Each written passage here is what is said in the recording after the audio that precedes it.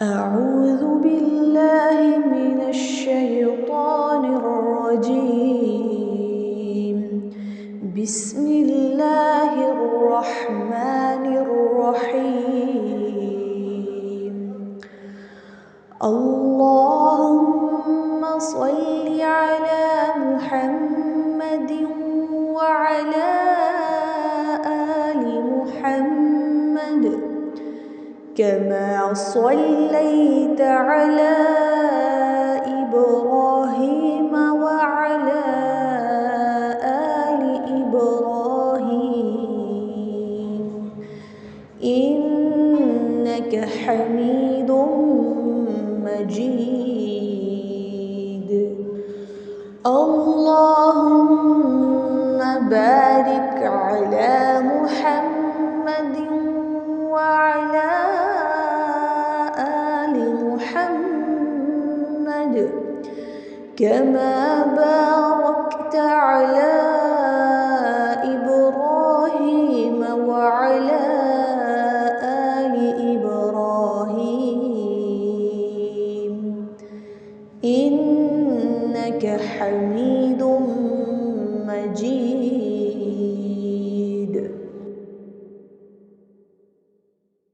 ربی اشرح لی صدری ویسر لی امری واحلل عقدۃ من لسانی یفقہوا قولی واجعل لی وزیرا من اہلی ربی یسر ولا تعسر وتمم بالخیر وبک نستعین آمین یا الہی آمین. اللہم انفعنا بما علمتنا وعلمنا ما ینفعنا وزدنا علما. اللہم صلی علی محمد وعلی آل محمد کما صلیت علی ابراہیم وعلی آل ابراہیم انکا حمید مجید. اللہم بارک علی محمد وعلی آل محمد کما بارکت علی ابراہیم وعلی آل ابراہیم انکا حمید مجید. السلام علیکم ورحمۃ اللہ وبرکاتہ. آج انشاءاللہ جی ہم اپنے 25 پارے کا آغاز کریں گے. اللہ سبحانہ تعالیٰ کا احسان ہے کہ اللہ سبحانہ تعالیٰ نے ہمیں اس منزل تک پہنچایا اور انشاءاللہ ہم بہت جلد اپنی پوری منزل مکمل کر لیں گے انشاءاللہ. آئیے شروع کرتے ہیں سورۃ حامیم سجدہ کی جو باقی کی آیات رہ گئی تھی، کیونکہ ہم نے اپنے 24 پارے سے سورۃ حامیم سجدہ شروع کی تھی، تو آج انشاءاللہ 25 پارے میں آیت نمبر 47 سے ہم اپنے 25ویں پارے کا آغاز کرتے ہیں. اعوذ باللہ من الشیطان الرجیم، بسم اللہ الرحمن الرحیم. اللہ سبحانہ تعالیٰ فرماتے ہیں الیہ یرد علم الساعہ، کہ قیامت کا علم اسی کی طرف لوٹایا جاتا ہے، اور اللہ کے علم کے بغیر نہ پھلوں میں سے کوئی پھل اپنے شگوفوں سے نکلتا ہے اور نہ کسی مادہ کو حمل ٹھہرتا ہے اور نہ اس کا کوئی بچہ پیدا ہوتا ہے.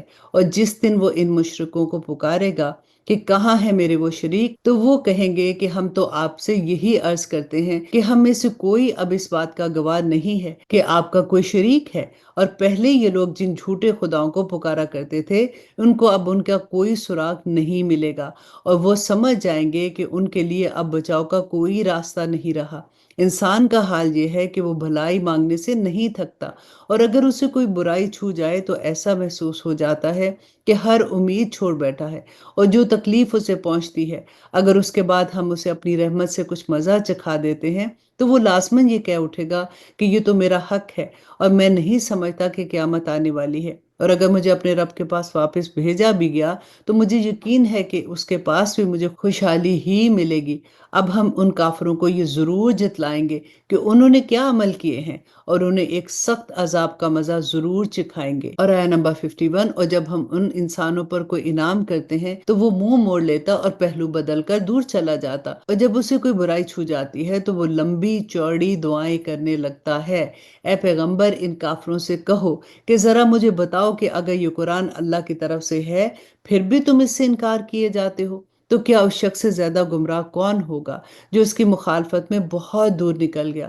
ہم انہیں اپنی نشانیاں کائنات میں بھی دکھائیں گے اور خود ان کے اپنے وجود میں بھی، یہاں تک کہ ان پر یہ بات مکمل کھل کر سامنے آ جائے کہ یہی حق ہے.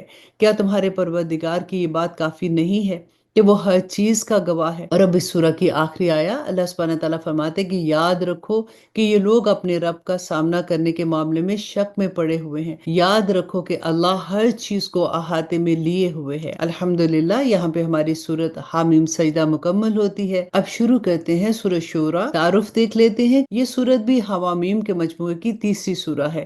دوسری مکی صورتوں کی طرح اس میں بھی توحید، رسالت اور آخرت کے بنیادی عقائد پر زور دیا گیا ہے اور ایمان کی قابل تعریف صفات بیان کی گئی ہیں۔ اور آیت نمبر 38 میں مسلمانوں کی یہ خصوصیت بیان فرمائی ہے کہ ان کے اہم معاملات آپس کے مشورے سے طے ہوتے ہیں۔ مشورے کے لیے عربی زبان میں شورا کا استعمال کیا گیا ہے، اسی بنا پر سورت کا نام سورہ شورا رکھا ہے۔ سورت کے آخر میں یہ بتایا گیا ہے کہ اللہ سبحانہ تعالیٰ کسی بھی انسان سے روبرو ہو کر ہم کلام نہیں ہوتا، بلکہ وحی کے ذریعے کلام فرماتا ہے، اور پھر اسی وحی کی مختلف صورتیں بیان فرمائی گئی ہیں۔ تو آئیے شروع کرتے ہیں۔ یہ سورت مکی سورہ ہے اور اس میں 53 آیتیں اور 5 رکوع ہیں۔ اعوذ باللہ من الشیطان الرجیم، بسم اللہ الرحمن الرحیم۔ اللہ سبحانہ تعالیٰ فرماتے ہیں حامیم عین سین قاف، یہ حروف مقطعات ہیں۔ کذالک یوحی الیک والی الذین من قبلک اللہ العزیز الحکیم۔ اے پیغمبر، اللہ جو عزیز اور حکیم ہے، تم پر اور تم سے پہلے جو پیغمبر ہوئے ہیں ان پر اسی طرح وحی نازل کرتا ہے۔ جو کچھ آسمانوں میں ہے اور جو کچھ زمین میں ہے سب اسی کا ہے، اور وہی ہے جو برتری اور عظمت کا مالک ہے۔ ایسا لگتا ہے کہ آسمان اوپر سے پھٹ پڑے گا اور فرشتے اپنے پروردگار کی حمد کے ساتھ اس کی تسبیح کر رہے ہیں اور زمین والوں کے لیے استغفار کر رہے ہیں۔ یاد رکھو کہ اللہ ہی ہے جو بڑا بخشنے والا ہے اور بڑا مہربان ہے۔ اور جن لوگوں نے اس کے سوا دوسرے رکھوالے بنا رکھے ہیں، اللہ ان پر نگرانی رکھے ہوئے ہے اور تم ان کے ذمہ دار نہیں ہو۔ اور آیت نمبر 7، اور اسی طرح ہم نے یہ عربی قرآن تم پر وحی کے ذریعے بھیجا ہے تاکہ تم مرکزی بستی مطلب مکہ اور اس کے ارد گرد والوں کو اس دن سے خبردار کرو جس میں سب کو جمع کیا جائے گا، جس کے آنے میں کوئی شک نہیں ہے۔ ایک گروہ جنت میں جائے گا اور ایک گروہ بھڑکتی ہوئی آگ میں جائے گا، اور اگر اللہ چاہتا تو ان سب کو ایک ہی جماعت بنا دیتا، لیکن وہ جس کو چاہتا ہے اپنی رحمت میں داخل کرتا ہے۔ ان کا نہ تو کوئی رکھوالا ہے اور نہ ہی کوئی مددگار ہے۔ کیا ان لوگوں نے اس کو چھوڑ کر دوسروں کو رکھوالا بنا لیا ہے؟ سچ تو یہ ہے کہ رکھوالا اللہ ہی ہے، اور وہی مردوں کو زندہ کرتا ہے اور وہی ہر چیز پر قادر ہے۔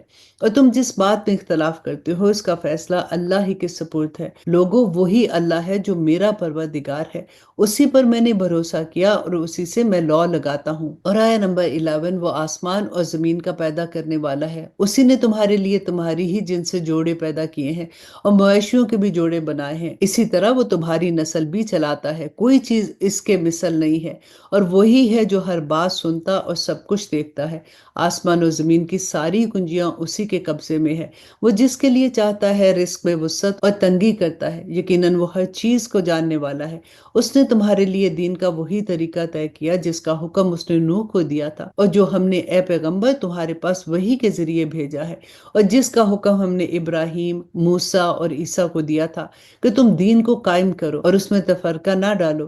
پھر بھی مشرکین کو وہ بات بہت مشکل لگتی ہے جس کی طرف تم انہیں دعوت دے رہے ہو۔ اللہ جس کو چاہتا ہے چن کر اپنی طرف کھینچ لیتا ہے، اور جو کوئی اس سے لو لگاتا ہے اسے وہ اپنے پاس پہنچا دیتا ہے۔ اور لوگوں نے آپس کی عداوتوں کی وجہ سے دین میں جو تفرقہ ڈالا ہے وہ اس کے بعد بھی ڈالا ہے جب ان کے پاس یقینی علم آ چکا۔ اور اگر تمہارے پروردگار کی طرف سے ایک مقررہ مدت تک کے لیے ایک بات پہلے سے طے نہ ہو جاتی تو ان کا فیصلہ ہو چکا ہوتا، اور ان لوگوں کے بعد جن کو کتاب کا وارث بنایا گیا ہے وہ اس کے بارے میں ایسے شک میں پڑے ہوئے ہیں جس نے انہیں خلجان میں ڈال دیا ہے۔ لہٰذا اے پیغمبر، تم اسی بات کی طرف لوگوں کو دعوت دیتے رہو اور جس طرح تمہیں حکم دیا گیا ہے اسی دین پر جمے رہو، اور ان لوگوں کی خواہشات کے پیچھے نہ چلو، اور کہہ دو کہ میں تو اس کتاب پر ایمان لایا ہوں جو اللہ نے نازل کی ہے، اور مجھے حکم دیا گیا ہے کہ میں تمہارے درمیان انصاف کروں۔ اللہ ہمارا بھی رب ہے اور تمہارا بھی رب ہے، ہمارے اعمال ہمارے لیے اور تمہارے اعمال تمہارے لیے ہیں، ہمارے اور تمہارے درمیان اب کوئی بحث نہیں ہے۔ اللہ ہم سب کو جمع کرے گا اور اسی کے پاس آخر میں سب کو لوٹ کر جانا ہے۔ اور جو لوگ اللہ کے بارے میں ویسے نکالتے ہیں جبکہ لوگ ان کی بات مان چکے ہیں، ان کی بحث ان کے پروردگار کے نزدیک باطل ہے، اور ان پر اللہ کا غضب ہے اور ان کے لیے سخت عذاب عذاب ہے۔ اور آیت نمبر 17، اللہ وہ ہے جس نے حق پر مشتمل وہ کتاب اور انصاف کی ترازو اتاری ہے، اور تمہیں کیا پتا شاید کہ قیامت کی گھڑی قریب ہی ہو۔ جو لوگ اس پر ایمان نہیں رکھتے وہ اس کے آنے کی جلدی مچاتے ہیں، اور جو لوگ ایمان لاتے ہیں وہ اس سے سہمے رہتے ہیں اور جانتے ہیں کہ وہ برحق ہے۔ ارے جو لوگ قیامت کے بارے میں بحثیں کر رہے ہیں وہ گمراہی میں بہت دور چلے گئے ہیں۔ اللہ اپنے بندوں پر بڑا مہربان ہے، وہ جس کو چاہتا ہے رزق دیتا ہے، اور وہی ہے جو قوت کا مالک ہے، اقتدار کا بھی مالک ہے۔ جو شخص آخرت کی کھیتی چاہتا ہے ہم اس کی کھیتی میں اور اضافہ کر دیں گے، اور جو شخص صرف دنیا کی کھیتی چاہتا ہے ہم اسے اسی میں سے دے دیں گے، اور آخرت میں اس کا کوئی حصہ نہیں ہوگا۔ کیا ان کافروں کے کچھ ایسے شریک ہیں جنہوں نے ان کے لیے ایسا دین طے کر دیا ہے جس کی اللہ نے اجازت نہیں دی؟ اور اگر اللہ کی طرف سے فیصلہ کن بات طے شدہ نہ ہوتی تو ان کا معاملہ ہو چکا ہوتا، اور یقین رکھو کہ ان ظالموں کے لیے بڑا دردناک عذاب ہے۔ اور آیت نمبر 22، اس وقت تم ان ظالموں کو دیکھو گے کہ انہوں نے جو کمائی کی ہے اس کے وبال سے سہمے ہوئے ہوں گے، اور وہ ان پر پڑ کر رہے گا۔ اور جو لوگ ایمان لائے ہیں اور انہوں نے نیک عمل کیے ہیں وہ جنتوں کی کیاریوں میں ہوں گے، انہیں اپنے پروردگار کے پاس سے وہ سب کچھ ملے گا جو وہ چاہیں گے۔ یہی بہت بڑا فضل ہے، یہی وہ چیز ہے جس کی خوشخبری اللہ اپنے ان بندوں کو دیتا ہے جو ایمان لائے ہیں اور جنہوں نے نیک عمل کیے۔ اے پیغمبر، کافروں سے کہہ دو کہ میں تم سے اس تبلیغ پر کوئی اجرت نہیں مانگتا سوائے رشتہ داری کی محبت کے، اور جو شخص کوئی بھلائی کرے گا ہم اس کی خاطر اس بھلائی میں مزید اضافہ کر دیں گے۔ یقین جانو اللہ بہت بخشنے والا اور بڑا قدردان ہے۔ اور آیت نمبر 24، بھلا کیا یہ لوگ یوں کہتے ہیں کہ اس شخص نے یہ کلام خود گھڑ کر جھوٹ موٹ اللہ کے ذمہ لگا دیا ہے؟ حالانکہ اگر اللہ چاہے تو تمہارے دل پر مہر لگا دے، اور اللہ تو باطل کو مٹاتا ہے اور حق کو اپنے کلمات کے ذریعے ثابت کر دیتا ہے۔ یقیناً وہ سینوں میں چھپی ہوئی باتوں تک کو جانتا ہے، اور وہی ہے جو اپنے بندوں کی توبہ بھی قبول کرتا ہے اور گناہوں کو معاف کرتا ہے، اور جو کچھ تم کرتے ہو اس کا پورا علم رکھتا ہے۔ اور جو لوگ ایمان لائے ہیں اور جنہوں نے نیک عمل کیے وہ ان کی دعا سنتا ہے۔ اب غور کریں اس پہ کہ اللہ سبحانہ تعالیٰ فرماتے ہیں کہ جو لوگ ایمان لائے اور جنہوں نے نیک عمل کیے اللہ سبحانہ تعالیٰ ان کی دعا سنتا ہے اور انہیں اپنے فضل سے اور زیادہ دیتا ہے، اور کافروں کے لیے تو سخت عذاب ہے۔ اور اگر اللہ اپنے تمام بندوں کے لیے رزق کو کھلے طور پر پھیلا دیتا تو وہ زمین میں سرکشی کرنے لگتے، مگر وہ ایک خاص اندازے سے جتنا چاہتا ہے رزق اتارتا ہے۔ یقیناً وہ اپنے بندوں سے پوری طرح باخبر اور ان پر نظر رکھنے والا ہے، اور وہی ہے جو لوگوں کو نا امید ہونے کے بعد بارش برساتا اور اپنی رحمت پھیلا دیتا ہے، اور وہی ہے جو سب کا قابل تعریف رکھوالا ہے۔ اور آیت نمبر 29، اور اس کی نشانیوں میں سے ہے آسمان اور زمینوں کی پیدائش اور وہ جاندار جو اس نے ان دنوں میں پھیلا رکھے ہیں، اور وہ جب چاہے ان کو جمع کرنے کی پوری قوت رکھتا ہے، اور تمہیں جو کوئی مصیبت پہنچتی ہے وہ تمہارے اپنے ہاتھوں کے کیے ہوئے کاموں کی وجہ سے پہنچتی ہے۔ انڈر لائن کریں اس بات کو۔ اللہ سبحانہ تعالیٰ فرماتے کہ تمہیں جو کوئی مصیبت پہنچتی ہے وہ تمہارے اپنے ہاتھوں کے کیے ہوئے کاموں کی وجہ سے پہنچتی ہے، اور بہت سے کاموں سے تو وہ اللہ یوں ہی درگزر کر دیتا ہے، اور تمہاری مجال نہیں کہ زمین میں اللہ کو عاجز کر سکو، اور اللہ کے سوا تمہارا کوئی رکھوالا ہے ہی نہیں اور نہ ہی کوئی مددگار۔ اس کی نشانیوں میں سے ہیں سمندر اور یہ پہاڑوں جیسے جہاز، اگر وہ چاہے تو ہوا کو ٹھہرا دے جس سے یہ سمندر کی پشت پر کھڑے کے کھڑے رہ جائے۔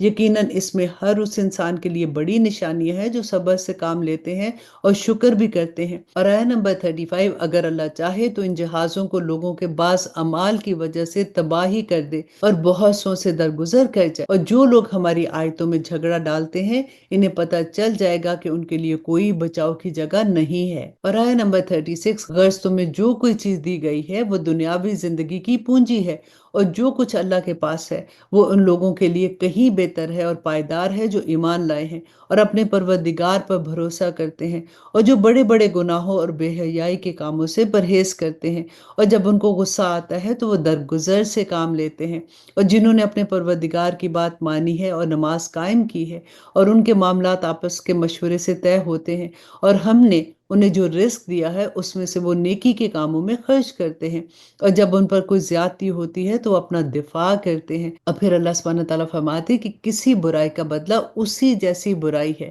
پھر بھی جو کوئی معاف کر دے اور اصلاح سے کام لے تو اس کا ثواب اللہ کے ذمہ ہے، یقیناً وہ ظالموں کو پسند نہیں کرتا۔ اور جو شخص اپنے اوپر ظلم کرنے کے بعد برابر کا بدلہ لے تو ایسے لوگوں پر کوئی الزام نہیں ہے۔ اور آیت نمبر 42، الزام تو ان پر ہے جو لوگوں پر ظلم کرتے ہیں اور زمین میں ناحق زیادتیاں کرتے ہیں، ایسے لوگوں کے لیے تو دردناک عذاب ہے۔ اور یہ حقیقت ہے کہ جو کوئی صبر سے کام لے اور درگزر کر جائے تو یہ بڑی ہمت کی بات ہے، اور جسے اللہ گمراہ کر دے تو اس کے بعد کوئی نہیں ہے جو اس کا مددگار بنے۔ اور جب ظالموں کو عذاب نظر آ جائے گا تو تم انہیں یہ کہتا ہوا دیکھو گے کہ واپس جانے کا کوئی راستہ ہے کیا، اور تم انہیں دیکھو گے کہ دوزخ کے سامنے انہیں اس طرح پیش کیا جائے گا کہ وہ ذلت کے مارے جھکے ہوئے دیکھ رہے ہوں گے، اور جو لوگ ایمان لا چکے ہیں وہ کہہ رہے ہوں گے کہ کیا واقعی اصل خسارے میں وہ لوگ ہیں جنہوں نے قیامت کے دن اپنے آپ کو اور اپنے گھر والوں کو خسارے میں ڈال دیا۔ یاد رکھو کہ ظالم لوگ ایسے عذاب میں ہوں گے جو ہمیشہ قائم رہے گا، اور ان کو ایسے کوئی مددگار میسر نہیں آئیں گے جو اللہ کو چھوڑ کر ان کی کوئی مدد کریں، اور جسے اللہ گمراہ کر دے اس کے لیے بچاؤ کا کوئی راستہ نہیں ہوتا۔ اور آیت نمبر 47، لوگوں اپنے پروردگار کی بات اس دن کے آنے سے پہلے پہلے مان لو جسے اللہ کی طرف سے ٹالا نہیں جائے گا۔ اس دن تمہارے لیے کوئی جائے پناہ نہیں ہوگی اور نہ تمہارے لیے پوچھ گچھ کا کوئی موقع ہوگا۔ اے پیغمبر، یہ لوگ اگر پھر بھی منہ موڑے تو ہم نے تمہیں ان پر نگران بنا کر نہیں بھیجا، تم پر بات پہنچا دینے کے سوا کوئی ذمہ داری نہیں ہے۔ اور انسان کا حال یہ ہے کہ جب ہم انسان کو اپنی طرف سے کوئی رحمت کا مزہ چکھا دیتے ہیں تو وہ اس پر اترا جاتا ہے، اور اگر خود اپنے ہاتھوں کے کرتوتوں کی وجہ سے اسے کوئی مصیبت پیش آ جاتی ہے تو وہی انسان پکا ناشکرا بن جاتا ہے۔ سارے آسمانوں اور زمین کی سلطنت اللہ ہی کی ہے، وہ جو چاہتا ہے پیدا کرتا ہے، جس کو چاہتا ہے لڑکیاں دیتا ہے، جس کو چاہتا ہے لڑکے دیتا ہے، یا پھر ان کو ملا جلا کر لڑکے بھی دیتا ہے اور لڑکیاں بھی دیتا ہے، اور جس کو چاہتا ہے بانجھ بنا دیتا ہے۔ اللہ اکبر! یقیناً وہ علم کا بھی مالک ہے اور قدرت کا بھی مالک ہے۔ دیکھیں یہاں پہ اللہ سبحانہ تعالیٰ نے جو فرمایا نا کہ وہ بانجھ بھی بنا دیتا ہے، لیکن آپ دیکھیے کہ جن کو بھی اولاد کی تڑپ ہے، اللہ سبحانہ تعالیٰ نے ان کو محروم رکھا ہے اس سے، اللہ سے دعا کریں، کیونکہ دعا جو ہے نا وہ ہماری تقدیر سے لڑ جاتی ہے۔ اگر ہماری تقدیر میں لکھا ہے اور اللہ سبحانہ تعالیٰ اس پہ راضی ہیں، لیکن اگر ہمارا دل اتنا اس چیز پہ آتا ہے نا، اللہ سے نمبر 1 یہ کہ صبر مانگے، پھر اس کے ساتھ اللہ سے دعا کریں کہ یا پاک پروردگار، یہ ہتھیار بھی آپ نے مجھے دیا تھا، مجھے یہ نعمت میرے حق میں بہترین کر کے قبول کر لے، کیونکہ اللہ جانتا ہے کہ ہمارے لیے کیا بہتر ہے کیا نہیں ہے۔ تو جب ہم کوئی ایسی چیز اللہ سے مانگتے ہیں جو اللہ کے فیصلہ ہو چکا ہوتا ہے تو پھر یہ مانگا کرے کہ یا پاک پروردگار، اس دعا کو میرے حق میں بہترین کر کے قبول کر لینا۔ آمین۔ اللہ سبحانہ تعالیٰ ہر ایک کو اولاد کی نعمت سے نوازے، آمین ثم آمین۔ اور آیت نمبر 51، اللہ سبحانہ تعالیٰ فرماتے ہیں، اور کسی انسان میں یہ طاقت نہیں ہے کہ اللہ اس سے روبرو بات کرے سوائے اس کے کہ وہ وحی کے ذریعے ہو یا کسی پردے کے پیچھے ہو، یا پھر وہ کوئی پیغام لانے والا فرشتہ بھیج دے اور وہ اس کے حکم سے جو وہ چاہے وحی کا پیغام پہنچا دے۔ یقیناً وہ بہت اونچی شان والا بڑی حکمت کا مالک ہے۔ اور اسی طرح ہم نے تمہارے پاس اپنے حکم سے ایک روح بطور وحی نازل کی ہے۔ تمہیں اس سے پہلے نہ تو یہ معلوم تھا کہ کتاب کیا ہوتی ہے اور نہ یہ کہ ایمان کیا ہے، لیکن ہم نے اس قرآن کو ایک نور بنایا ہے جس کے ذریعے ہم اپنے بندوں میں سے جس پر چاہتے ہیں ہدایت دیتے ہیں، اور اس میں کوئی شک نہیں کہ تم لوگوں کو وہ سیدھا راستہ دکھاتا ہے جو اللہ کا راستہ ہے۔ وہ اللہ جس کی ملکیت میں وہ سب کچھ ہے جو آسمانوں میں ہے اور جو کچھ زمین میں ہے۔ یاد رکھو کہ سارے معاملات آخر کار اللہ ہی کی طرف لوٹ کر جانے ہیں۔ یہاں پہ غور کیجیے گا کہ جو روح کی بات ہے کہ روح سے مراد قرآن کریم اور اس کے احکامات بھی ہیں، اور کیونکہ وہ انسان کے لیے روحانی زندگی کا باعث ہیں۔ اور یہ بھی ممکن ہے کہ روح سے مراد جبرائیل علیہ السلام ہو، کیونکہ انہیں روح القدس بھی کہا جاتا ہے، اور قرآن کریم کے نزول کے لیے اللہ سبحانہ تعالیٰ نے انہی کو واسطہ بنایا تھا۔ یہاں پہ ہماری سورۃ شورہ مکمل ہوتی ہے، اور اب شروع کرتے ہیں سورۃ زخرف، اور اب اس کا تعارف دیکھ لیتے ہیں۔ اس سورت کا مرکزی موضوع مشرکین مکہ کی تردید ہے، جس میں ان کے اس عقائد کا خاص طور پر ذکر فرمایا گیا ہے جس کی روح سے وہ فرشتوں کو اللہ کی بیٹیاں کہتے تھے، نیز وہ اپنے دین کو صحیح قرار دینے کے لیے یہ دلیل دیتے تھے کہ ہم تو اپنے باپ دادا کے اسی طریقے پر ہیں۔ اسی کے جواب میں اول تو یہ حقیقت واضح کی گئی ہے کہ قطعی عقائد کے معاملے میں باپ دادا کی تقلید بالکل غلط طرز عمل ہے، اور پھر حضرت ابراہیم علیہ السلام کا حوالہ دے کر فرمایا گیا کہ اگر باپ دادا ہی کے پیچھے چلنا ہے تو حضرت ابراہیم علیہ السلام کی پیروی کیوں نہیں کرتے، چونکہ انہوں نے شرک سے کھلم کھلا بیزاری کا اعلان فرمایا تھا۔ مشرکین رسول اللہ صلی اللہ علیہ وسلم پر جو اعتراض کیا کرتے تھے، اس صورت میں اس کا جواب بھی دیا گیا ہے۔ ان کا ایک اعتراض یہ تھا کہ اگر اللہ سبحانہ تعالیٰ کو کوئی پیغمبر بھیجنا ہی تھا تو کسی دولت مند سردار کو اس مقصد کے لیے کیوں نہیں نامزد کیا گیا۔ اللہ سبحانہ تعالیٰ نے اس صورت میں یہ واضح فرمایا ہے کہ دنیاوی مال و دولت کا انسان کے تقدس اور اللہ سبحانہ تعالیٰ کے قرب سے کوئی تعلق نہیں ہے۔ اللہ سبحانہ تعالیٰ کافروں کو بھی سونا چاندی اور دنیا بھر بھر دیتا ہے، لیکن اسے یہ لازم نہیں ہے کہ وہ اللہ کے مقرب ہے، کیونکہ آخرت کی نعمتوں کے مقابلے میں اس مال و دولت کی کوئی حیثیت نہیں ہے۔ اس صورت میں یہ بھی واضح فرمایا کہ دنیا میں اللہ سبحانہ تعالیٰ معاشی وسائل کی تقسیم اپنی حکمت کے مطابق ایک خاص انداز سے فرماتے ہیں، جس کے لیے ایک مستحکم نظام بنایا گیا ہے۔ اللہ سبحانہ تعالیٰ نے حضرت موسیٰ علیہ السلام اور فرعون کا واقعہ بھی اختصار کے ساتھ بیان کیا ہے، کیونکہ فرعون کو بھی حضرت موسیٰ علیہ السلام پر یہی اعتراض تھا کہ وہ دنیاوی مال و دولت کے اعتبار سے کوئی بڑی حیثیت نہیں رکھتے۔ فرعون کے پاس سب کچھ ہے، لیکن انجام یہ ہوا کہ فرعون اپنے کفر کی وجہ سے غرق ہوا اور حضرت موسیٰ علیہ السلام غالب آ کر رہے۔ اس کے علاوہ اس صورت میں حضرت عیسیٰ علیہ السلام کا بھی مختصر تذکرہ ہے۔ زخرف عربی زبان میں سونے کو کہتے ہیں، اور اس سورت کی آیت نمبر 35 میں اس کا ذکر آیا ہے کہ اور اگر اللہ چاہتا تو سارے کافروں کو سونے ہی سونے سے نہال کر دیتا، اور اسی وجہ سے سورت کا نام بھی سورۃ زخرف رکھا ہے۔ اعوذ باللہ من الشیطان الرجیم، بسم اللہ الرحمن الرحیم، حامیم، یہ حروف مقطعات ہیں، والکتاب المبین۔ اللہ سبحانہ تعالیٰ فرماتے ہیں کہ قسم ہے اس واضح کتاب کی، ہم نے اسے عربی زبان کا قرآن بنایا ہے تاکہ تم سمجھو، اور حقیقت یہ ہے کہ وہ ہمارے پاس لوح محفوظ میں بڑے اونچے درجے کی حکمت سے بھری ہوئی کتاب ہے۔ بھلا کیا ہم منہ موڑ کر اس نصیحت نامے کو تم سے اس بنا پر ہٹا لیں کہ تم حد سے گزرے ہوئے لوگ ہو؟ اور کتنے ہی نبی ہم نے پہلے لوگوں پر بھی بھیجے ہیں، اور ان لوگوں کے پاس کوئی نبی ایسا نہیں آیا جس کا انہوں نے مذاق نہیں اڑایا۔ پھر جو لوگ ان مکہ والوں سے کہیں زیادہ زور آور تھے، ہم نے انہیں ہلاک کر دیا، اور ان پچھلے لوگوں کا حال پیچھے گزر چکا ہے۔ اور آیت نمبر 9، اور اگر تم ان مشرکوں سے پوچھو کہ سارے آسمان اور زمین کس نے پیدا کیے ہیں، تو وہ ضرور یہی کہیں گے کہ انہیں اس ذات نے پیدا کیا ہے جو اقتدار کا بھی مالک ہے اور علم کا بھی مالک ہے۔ یہ وہ ذات ہے جس نے تمہارے لیے زمین کو بچھونا بنایا، اور اس نے تمہارے لیے راستے بنائے تاکہ تم منزل تک پہنچ سکو، اور جس نے آسمانوں سے ایک خاص اندازے سے پانی اتارا، پھر ہم نے اس کے ذریعے ایک مردہ زمین کو نئی زندگی دی ہے۔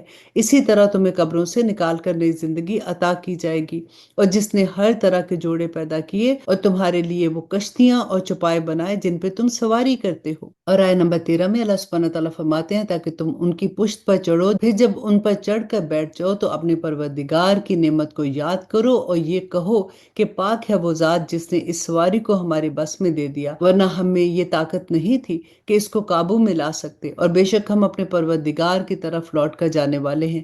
اور ان مشرک لوگوں نے یہ بات بنائی ہے کہ اللہ کا خود اس کے بندوں میں سے کوئی جز ہے۔ حقیقت یہ ہے کہ انسان کھلم کھلا ناشکرا ہے۔ اور آیت نمبر 16، بھلا کیا اللہ نے اپنی مخلوق میں سے اپنے لیے تو بیٹیاں پسند کی ہیں اور تمہارے لیے بیٹوں کو منتخب کیا ہے، حالانکہ ان میں سے کسی کو جب اس بیٹی کی ولادت کی خوشخبری دی جاتی ہے جو اس نے خدائے رحمان کی طرف منسوب کر رکھی تھی، تو اس کا چہرہ سیاہ پڑ جاتا ہے اور وہ دل ہی دل میں گھٹتا رہتا ہے۔ اور کیا اللہ نے ایسی اولاد پسند کی ہے جو زیوروں میں پالی پوسی جاتی ہے اور جو بحث مباحثے میں اپنی بات کھل کر بھی نہیں کہہ سکتی؟ اس کے علاوہ انہوں نے فرشتوں کو جو خدائے رحمان کے بندے ہیں مؤنث بنا دیا ہے۔ کیا یہ لوگ اس کی تخلیق کے وقت موجود تھے؟ ان کا یہ دعویٰ لکھ لیا جائے گا اور ان سے باز پرس ہوگی، اور یہ کہتے ہیں کہ اگر خدائے رحمان چاہتا تو ہم ان فرشتوں کی عبادت نہ کرتے، اور ان کو اس بات کی حقیقت کا ذرا بھی علم نہیں ہے، اور ان کا کام اس کے سوا کچھ نہیں کہ اندازوں کے تیر چلاتے ہیں۔ اور آیت نمبر 21 میں اللہ سبحانہ تعالیٰ فرماتے ہیں، کیا بھلا ہم نے انہیں اس سے پہلے کوئی کتاب دی تھی جسے یہ تھامے بیٹھے ہیں؟ نہیں، بلکہ ان کا کہنا یہ ہے کہ ہم نے اپنے باپ دادا کو ایک ایسے طریقے پر پایا ہے اور ہم انہی کے نقش قدم کے مطابق ٹھیک ٹھیک راستے پر جا رہے ہیں۔ اور اے پیغمبر، ہم نے تم سے پہلے بھی کسی بستی میں کوئی خبردار کرنے والا پیغمبر بھیجا تو وہاں کے دولت مندوں نے یہی کہا کہ ہم نے اپنے باپ دادا کو ایک طریقے پر پایا ہے اور ہم انہی کے نقش قدم پر چل رہے ہیں۔ پیغمبر نے کہا کہ تم نے اپنے باپ دادوں کو جس طریقے پر پایا ہے، اگر میں تمہارے پاس اس سے زیادہ ہدایت کی بات لے کر آیا ہوں تو کیا پھر بھی تم اپنے طریقے پر چلے جاؤ گے؟ انہوں نے جواب دیا کہ تم جو پیغام دے کر بھیجے گئے ہو ہم تو اس کو ماننے والے ہی نہیں ہیں۔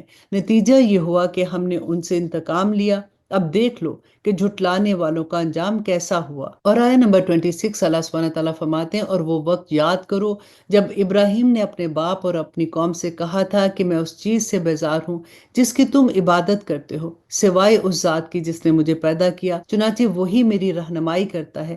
اور ابراہیم نے اپنے عقیدے کو ایسی بات بنا دیا جو اس کی اولاد میں باقی رہی تاکہ لوگ شرک سے باز آ جائیں۔ پھر بھی بہت سے لوگ باز نہیں آتے، اس کے باوجود بھی کہ ان کو اور ان کے باپ دادوں کو زندگی کے فائدے دیے گئے، یہاں تک کہ ان کے پاس حق کو صاف صاف ہدایت دینے والا پیغمبر بھی آ گیا، اور جب وہ حق ان کے پاس آیا تو کہنے لگے کہ یہ تو جادو ہے، اور ہم اس کا انکار کرتے ہیں، اور کہنے لگے کہ یہ قرآن دو بستیوں میں سے کسی بڑے آدمی پر کیوں نازل نہیں ہوا۔ اللہ سبحانہ تعالیٰ فرماتے ہیں کہ بھلا کیا یہ لوگ ہیں جو تمہارے پروردگار کی رحمت تقسیم کریں گے؟ اور دنیاوی زندگی میں ان کی روزی کے ذریعے بھی ہم نے ہی ان کے درمیان تقسیم کر رکھے ہیں، اور ہم نے ہی ان میں سے ایک کو دوسرے پر درجات میں فوقیت دی ہے تاکہ وہ ایک دوسرے سے کام لے سکے، اور تمہارے پروردگار کی رحمت تو اس دولت سے کہیں بہتر چیز ہے جو یہ جمع کر رہے ہیں۔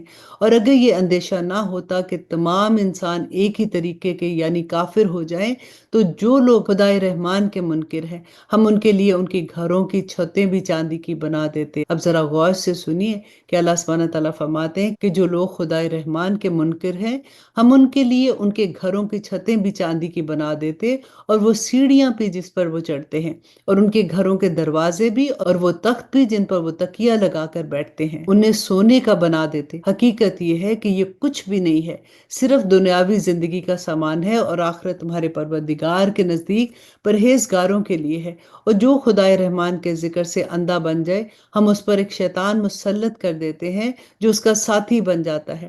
ایسے شیاطین ان کو راستے سے روکتے رہتے ہیں اور وہ سمجھتے ہیں کہ ہم ٹھیک راستے پر ہیں، یہاں تک کہ جب ایسا شخص ہمارے پاس آئے گا تو اپنے شیطان ساتھی سے کہے گا کہ کاش میرے اور تمہارے درمیان مشرق و مغرب کا فاصلہ ہوتا، کیونکہ تو بہت ہی برا ساتھی تھا۔ اور آیہ نمبر 39، اور آج جب تم ظلم کر چکے ہو تو تمہیں یہ بات ہرگز کوئی فائدہ نہیں پہنچائے گی کہ تم عذاب میں ایک دوسرے کے شریک ہو۔ تو پھر اے پیغمبر، کیا تم بہروں کو سناؤ گے یا اندھوں کو؟ ان لوگوں کو راستے پر لاؤ گے جو کھلی گمراہی میں پڑے ہوئے ہیں؟ اب تو یہی ہوگا کہ اگر ہم تمہیں دنیا سے اٹھا لیں تب بھی ہم ان سے بدلہ لینے والے ہیں، یا اگر تمہیں بھی وہ عذاب دکھائیں جس کا ہم نے ان سے وعدہ کیا ہے تب بھی ہمیں ان پر ہر طرح کی قدرت حاصل ہے، لہٰذا تم پر جو وحی نازل کی گئی ہے اسے مضبوطی سے تھامے رکھو، یقیناً تم سیدھے راستے پر ہو۔ حقیقت یہ ہے کہ یہ وحی تمہارے لیے اور تمہاری قوم کے لیے ایک نیک نامی کا ذریعہ ہے، اور تم سب سے پوچھا جائے گا کہ تم نے اس کا کیا حق ادا کیا ہے۔ اور آیہ نمبر 45، اور تم سے پہلے ہم نے اپنے جو پیغمبر بھیجے ہیں ان سے پوچھ لو کہ کیا ہم نے خدائے رحمان کے سوا کوئی اور معبود بھی مقرر کیے تھے جن کی عبادت کرتے ہیں؟ اور ہم نے موسیٰ کو اپنی نشانیاں دے کر اور فرعون اور اس کے سرداروں کے پاس بھیجا تھا، چنانچہ موسیٰ نے کہا کہ میں رب العالمین کا بھیجا ہوا پیغمبر ہوں۔ پھر جب انہوں نے ہماری نشانیاں اس کے سامنے پیش کی تو وہ اس کا مذاق اڑانے لگے، اور ہم انہیں جو نشانیاں دکھاتے وہ پہلی نشانیوں سے بڑھ چڑھ کر ہوتی، اور ہم نے انہیں عذاب میں بھی پکڑا تاکہ وہ باز آ جائیں۔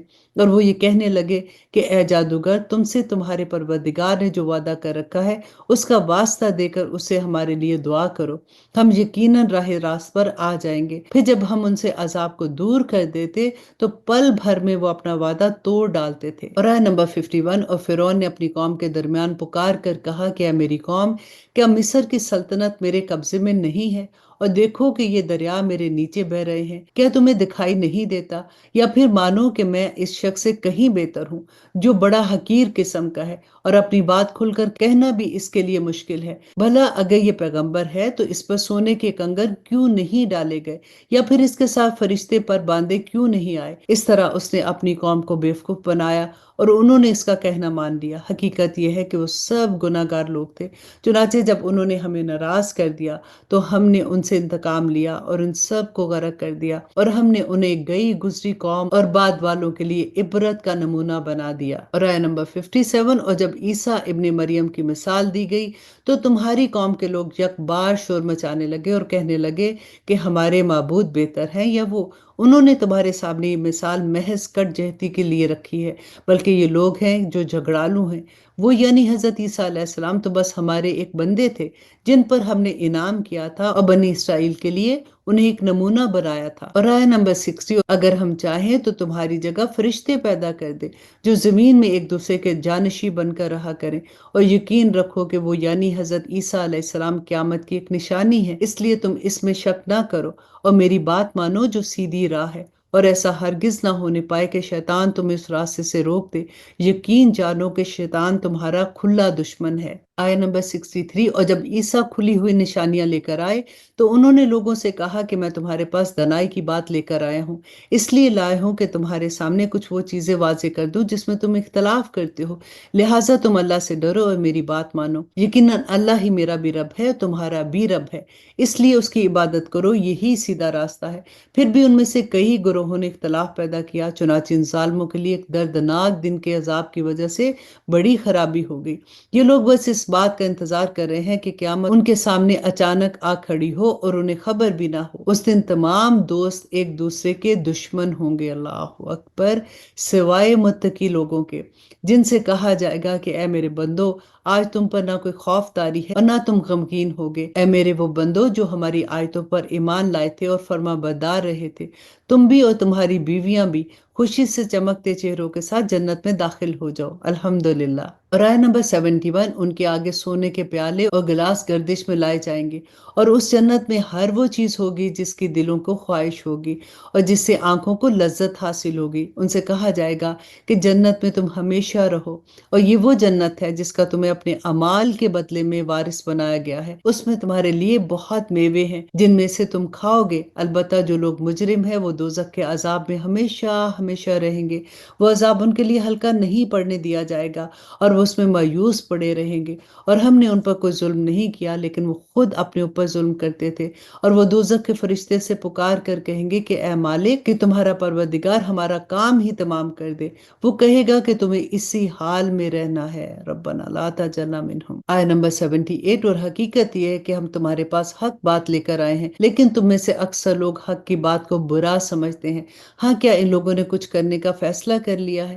اچھا، تو ہم بھی کچھ کرنے کا فیصلہ کرنے والے ہیں۔ کیا انہوں نے یہ سمجھ رکھا ہے کہ ہم ان کی خفیہ باتیں اور ان کی سرگوشیاں نہیں سنتے؟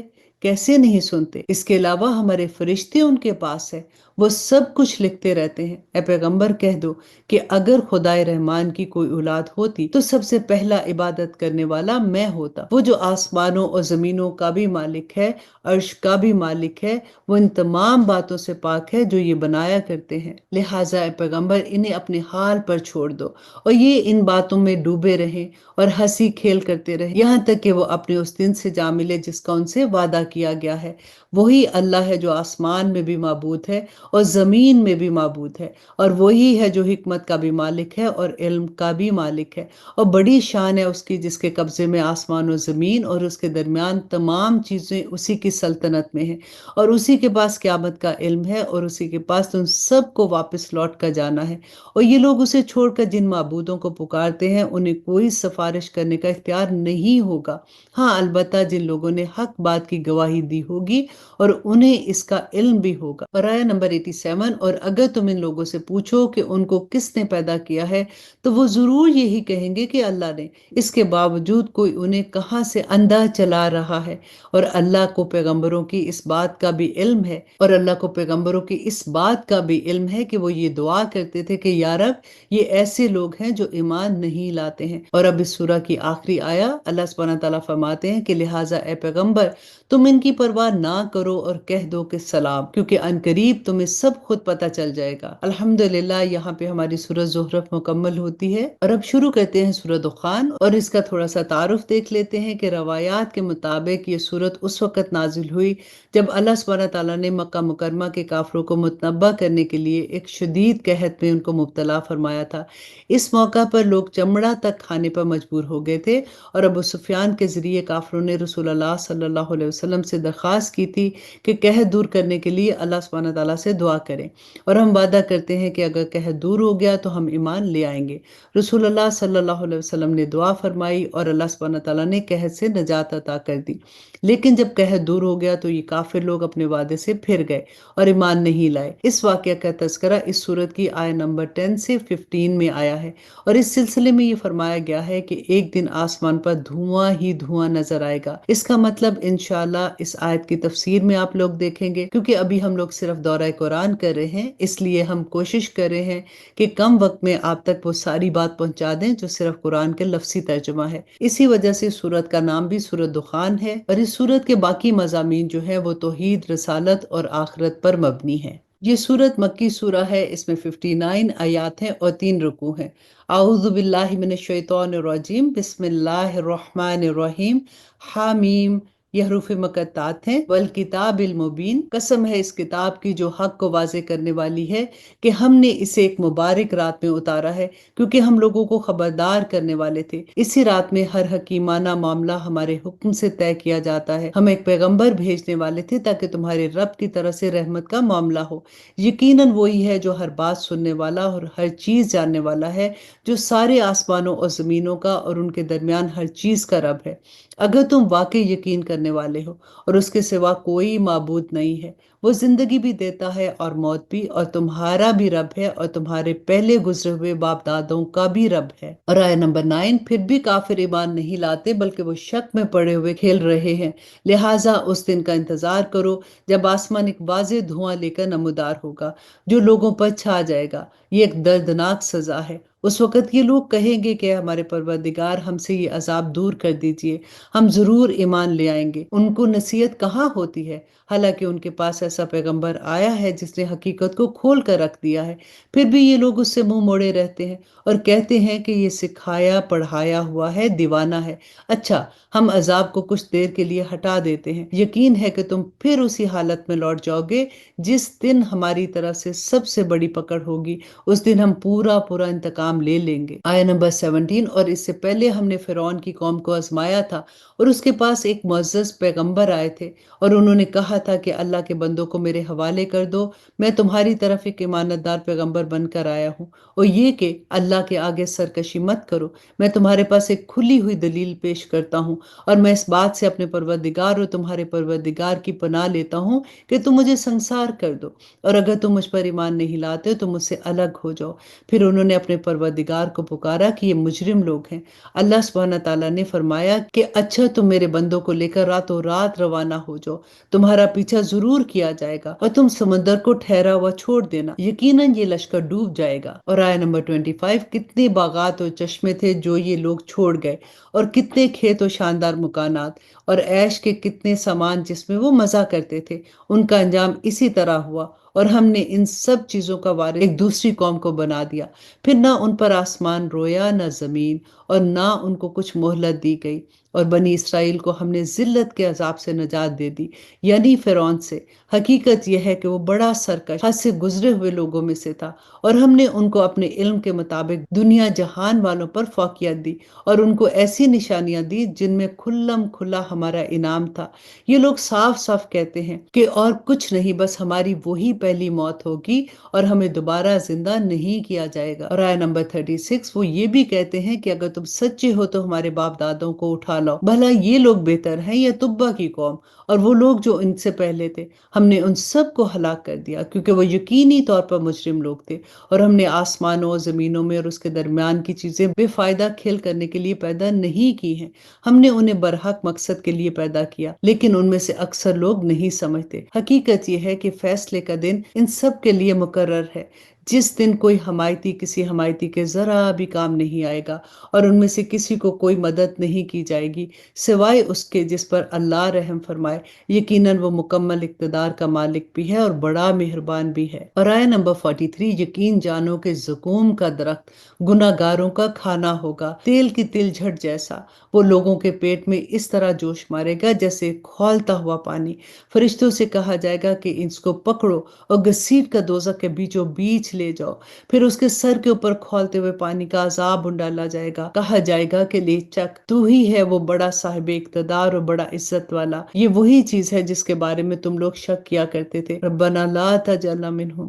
اللہ سبحانہ تعالیٰ پھر دوسری بات کہتے ہیں کہ دوسری طرح پرہیزگار لوگ یقیناً امن اور امان والی جگہ میں ہوں گے، باغات میں اور چشموں میں ہوں گے، اور آمنے سامنے بیٹھے ہوئے سندس اور استبرق کا لباس پہنے ہوں گے، ان کے ساتھ یہی معاملہ ہوگا، اور ہم بڑی بڑی آنکھوں والی حوروں کا ان سے بیاہ کر دیں گے، اور وہاں بڑے اطمینان سے ہر قسم کے میوے منگواتے ہوں گے۔ اور آیہ نمبر 56، اور جو موت ان کو پہلے آ چکی تھی اس کے علاوہ وہاں اور کسی اور موت کا مزہ نہیں چکھیں گے، اور اللہ انہیں دوزخ کے عذاب سے بھی محفوظ رکھے گا۔ یہ سب تمہارے پروردگار کی طرف سے فضل ہوگا، انسان کے لیے زبردست کامیابی یہی ہے۔ اللہ سبحانہ تعالیٰ فرماتے ہیں کہ اے پیغمبر، ہم نے اس قرآن کو تمہاری زبان میں آسان بنا دیا ہے تاکہ لوگ نصیحت حاصل کریں۔ اور اب اس سورہ کی آخری آیا اللہ سبحانہ تعالیٰ فرماتے ہیں اب تم بھی انتظار کرو، یہ لوگ بھی انتظار کر رہے ہیں۔ الحمدللہ، یہاں پہ ہماری سورہ دخان مکمل ہوتی ہے۔ اب شروع کرتے ہیں سورہ جاثیہ۔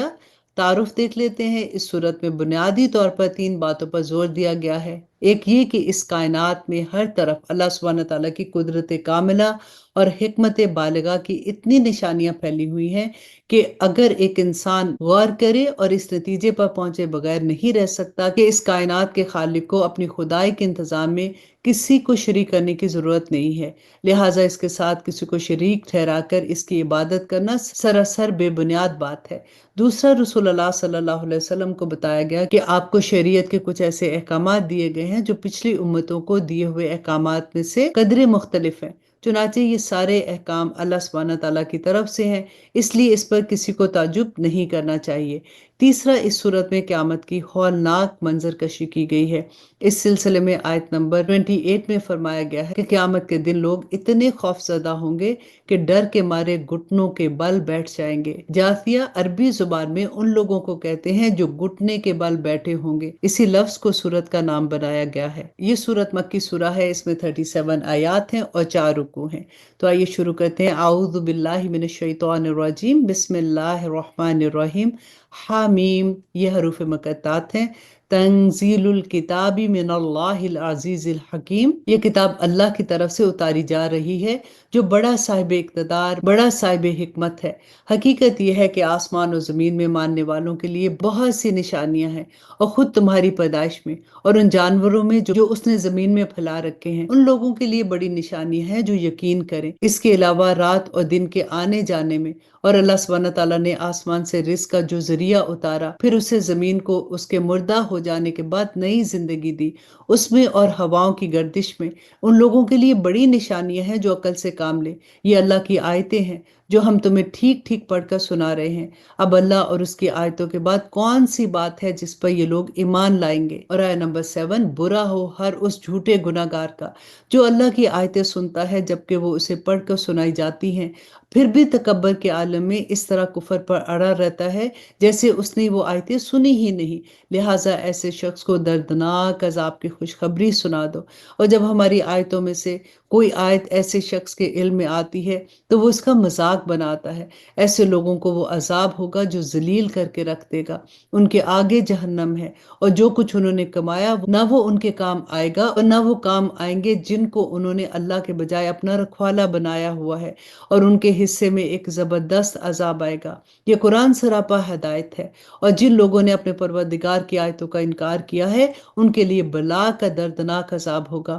اللہ وہ ہے جس نے سمندر کو تمہارے کام میں لگا دیا تاکہ اس کے حکم سے اس میں کشتیاں چلیں، اور تاکہ تم اس کا فضل تلاش کرو، اور تاکہ تم شکر ادا کرو۔ اور آیہ نمبر 13، اور آسمانوں اور زمینوں میں جو کچھ ہے اس سب کو اس نے اپنی طرف سے تمہارے کام لگا رکھا ہے، یقیناً اس میں ان لوگوں کے لیے بڑی نشانیاں ہیں جو غور و فکر کرتے ہیں۔